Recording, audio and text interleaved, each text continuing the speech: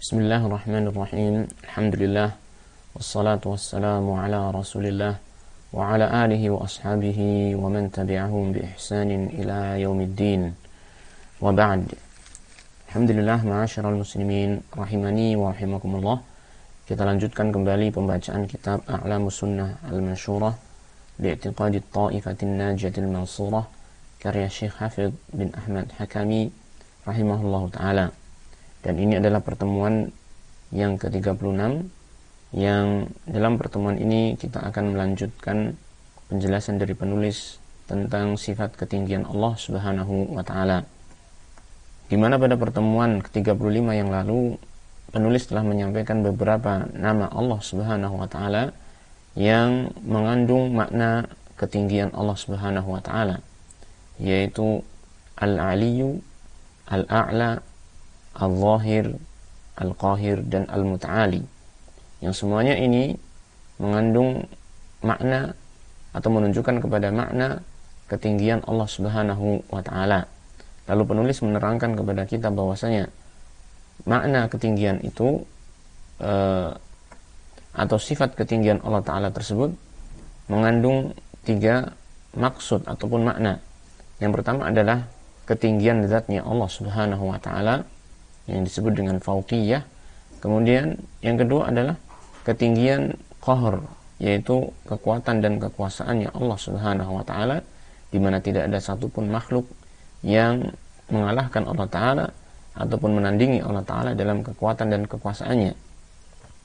Dan yang ketiga adalah uluwus sya'ni awil qadar, yaitu ketinggian yakni kedudukan dan sifatnya Allah Subhanahu wa ta'ala, di mana seluruh sifat-sifat Allah ta'ala adalah sifat-sifat yang maha sempurna, yang tidak mengandung satupun kekurangan dalam sifat Allah Subhanahu wa ta'ala, dan tidak ada satupun makhluk yang mampu menyamai sifat-sifat Allah Subhanahu wa ta'ala. Nah, kemudian pada kesempatan kita kali ini kita akan melanjutkan penjelasan tersebut, yaitu tentang dalil-dalil dari ketiga makna ketinggian Allah ta'ala tersebut. Maka di sini beliau memulai dengan menjelaskan dalil tentang ketinggian zatnya Allah ta'ala dari Alkitab dan As-Sunnah. Beliau menyampaikan sebuah pertanyaan, ma dalilu uluwil fauqiyati minal kitabi. Apa yang dalil ketinggian fauqiyah, yaitu ketinggian zatnya Allah ta'ala, minal kitabi, dari Alkitab, dari Al-Quranul Karim. Ini di sini beliau ingin menunjukkan kepada kita bahwasanya ketinggian Allah ta'ala secara zat itu betul-betul sifat yang telah ditetapkan oleh Allah ta'ala sendiri, yang itu ditetapkan di dalam Al-Quranul Karim dan juga hadis-hadis Rasulullah Sallallahu Alaihi Wasallam. Maka beliau mengatakan, al-adillatus sarihatu alaihi la tu'addu wa la tuhsa. Dalil-dalil yang tegas, yang jelas dan tegas, ya, alaihi, yang menunjukkan atas ketinggian zatnya Allah ta'ala tersebut, la tu'addu wa la tuhsa, tidak bisa dihitung dan tidak bisa dibilang. Maksudnya sangat banyaknya dalil-dalil yang menunjukkan akan ketinggian zatnya Allah ta'ala, sehingga kita sebagai makhluk tidak bisa menghitung banyaknya ini dalil-dalil tersebut. Faminha, dan diantaranya, hadhil asma'u wa ma fi ma'naha, di antaranya adalah nama-nama tersebut, nama-nama yang telah disebutkan di atas, yaitu al-ulu, al-aliyu, al-a'la, kemudian yang semakna dengan itu adalah al-zahir, al-qahir, al-muta'ali. Ya, ini semua menunjukkan akan ketinggian zatnya Allah Subhanahu wa ta'ala. Wa minha, dan diantaranya adalah qauluhu ta'ala, firman Allah ta'ala yang disebutkan dalam beberapa ayat, ar-rahmanu 'alal 'arsy istawa. Ini disebutkan dalam surat At-Taha, di antaranya ayat yang kelima, ar-rahmanu 'alal 'arsy istawa. Ar-Rahman, yaitu Allah Subhanahu wa ta'ala, istawa 'alal 'arsy, itu beristiwa di atas arsy, tinggi, berada di atas arsy, ya, berada tinggi di atas arsy. Yang ayat semacam ini disebutkan fi sab'ati mawadhi'a minal Qur'ani, dalam 7 tempat di dalam Al-Quran, dalam 7 ayat di dalam Al-Quran Allah menyebutkan ar-Rahmanu 'alal 'arsy istawa. Ar-Rahman istawa di atas arsy. Dan telah kita jelaskan sebelumnya tentang kalimat istawa, yaitu kata kerja istawa apabila disebutkan mengenai suatu objek yang diberikan huruf ala padanya, maka dia jelas memiliki makna ala wartafa'a, yaitu berada di atasnya, berada di atas objek tersebut, ya. Sehingga dari ayat ini kita memahami bahwasanya Allah Ta'ala memang berada di atas arsy, berada di atas arsy. Sedangkan arsy adalah makhluk Allah Ta'ala yang paling tinggi, makhluk Allah Ta'ala yang paling tinggi, ya. Maka hal ini menunjukkan bahwasanya zatnya Allah Ta'ala berada di atas seluruh makhluknya, berada di atas seluruh makhluknya. Taib. Wa minha qauluhu ta'ala, dan diantaranya, diantara dalil-dalil yang menunjukkan akan ketinggian zatnya Allah Ta'ala adalah firman Allah Ta'ala, a'amintum man fis sama'i. Yang ini Allah sebutkan dalam surat Al-Mulk ayat yang ke-16, di mana ketika Allah Ta'ala telah menyebutkan sebelumnya tentang kenikmatan-kenikmatan yang Allah berikan kepada manusia, maka Allah Ta'ala mengatakan, a'amintum man fis sama'i, apakah kalian merasa aman dari siksaan Allah yang berada di atas langit, ya. Jadi di sini Allah Ta'ala menyebutkan tentang dirinya bahwasanya dia fis sama, berada di atas langit, ya. Taib. Dan kalimat fis sama telah diterangkan oleh para ulama, ya. Ini tidak bisa kita fahami bahwasanya fis sama, fi diartikan dengan kata di dalam, dan sama diartikan dengan kata langit, sehingga Allah di dalam langit. Tidak. Kalau kita fahami demikian, Allah di dalam langit, maka Allah Ta'ala akan diliputi oleh langit, yang mana langit adalah makhluk, dan ini adalah pemahaman yang keliru. Maka para ulama menjelaskan tentang kalimat fis sama, tentang Allah Ta'ala yang fis sama. Maka ada dua cara untuk memahami kalimat ini. Yang pertama adalah fi, huruf fi ini, ya, huruf jar fi, dalam bahasa Arab terkadang mengandung makna ala, diartikan dengan makna ala, yaitu di atas, ya. Maka ketika Allah telah mengatakan amintum man fis sama'i, maka bisa kita fahami bahwasanya Allah Ta'ala alas sama, yaitu di atas langit. Ya, ini yang pertama, cara memahami ayat ini. Atau yang kedua adalah kita memahami kalimat as-sama'i, dia sebagai masdar dari kata sama yasmu, yang artinya ala ya'lu, ketinggian, ya. Sehingga fi masih kita maknai dengan makna asalnya, yaitu dia dzaraf zaman, berada di atas, berada di suatu ketinggian, berada di suatu ketinggian. Fis sama ay fil uluwi, ya, berada di atas. Nah, Allah Ta'ala berada di atas, yaitu di atas secara mutlak, di atas seluruh makhluknya. Maka dari ayat ini jelas bahwasanya Allah menunjukkan kepada kita tentang dirinya bahwasanya Allah Ta'ala itu zatnya berada di atas seluruh makhluknya, ya, berada di atas seluruh makhluknya. Ini sehingga ayat ini bisa dijadikan dalil untuk menunjukkan tentang fauqiyah, sifat ketinggian zatnya Allah Subhanahu wa Ta'ala. Nah, kemudian selanjutnya beliau mengatakan wa minha qauluhu ta'ala, dan diantaranya adalah firman Allah Ta'ala, yakhafuna rabbahum min fawqihim, yakhafuna rabbahum min fawqihim, mereka takut kepada Rabb mereka yang berada di atas mereka, mereka takut kepada Rabb mereka yang berada di atas mereka. Ayat ini yaitu berkaitan tentang para malaikat Allah Subhanahu wa Ta'ala, yang Allah menyebutkan dalam ayat sebelumnya bahwasanya mereka adalah makhluk-makhluk Allah Ta'ala yang senantiasa taat kepada Allah Subhanahu wa Ta'ala, bersujud kepada Allah Subhanahu wa Ta'ala.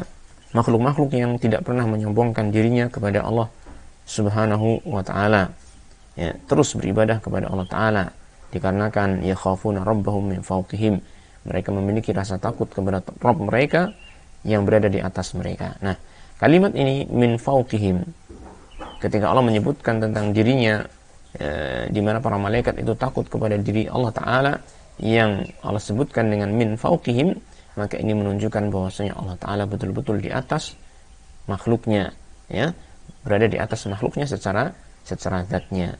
Taib. Wa minha qauluhu ta'ala, dan diantaranya adalah firman Allah Ta'ala, ilaihi yas'adul kalimu tayyibu wal amalu salihu yarfa'uh. Ayat ini disebutkan dalam surat Fatir ayat yang ke-10, di mana Allah Subhanahu wa taala menyebutkan bahwasanya amal perbuatan manusia, yaitu amal soleh mereka, amal baik mereka, termasuk ucapan-ucapan mereka yang baik, itu akan diangkat oleh Allah Subhanahu wa taala, dinaikkan oleh Allah Subhanahu wa taala menuju kepada Allah Subhanahu wa taala. Ilaihi, kepada Allah Subhanahu wa taala, yas'adul kalimut thayyib. Perkataan yang baik itu akan naik. Naik kepada siapa? Naik kepada Allah Subhanahu wa taala. Yas'adu, ini kalimat yas'adu maknanya adalah naik. Al kalimut thayyib, ucapan-ucapan yang baik itu akan naik menuju Allah Subhanahu wa taala. Nomor ini kembali kepada Allah Subhanahu wa taala. Maka dari sini menunjukkan sangat jelas bahwasanya Allah berada di atas. Ya, karena Allah menyebutkan bahwasanya al kalimut thayyib itu akan naik ke atas, ke arahnya Allah Ta'ala. Demikian pula wal amalus salihu yarfa'uhu, dan amal saleh itu Allah Ta'ala akan mengangkatnya.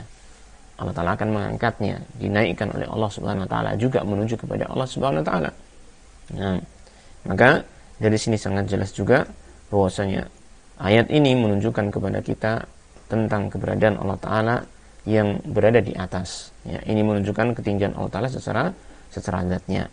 Wa qauluhu ta'ala, dan juga firman Allah Ta'ala, ta'rujul malaikatu warruhu ilaihi, yang disebutkan di dalam surat Al-Ma'arij ayat yang keempat, yang Allah Ta'ala menyebutkan bahwasanya para malaikat ta'ruju, yaitu naik.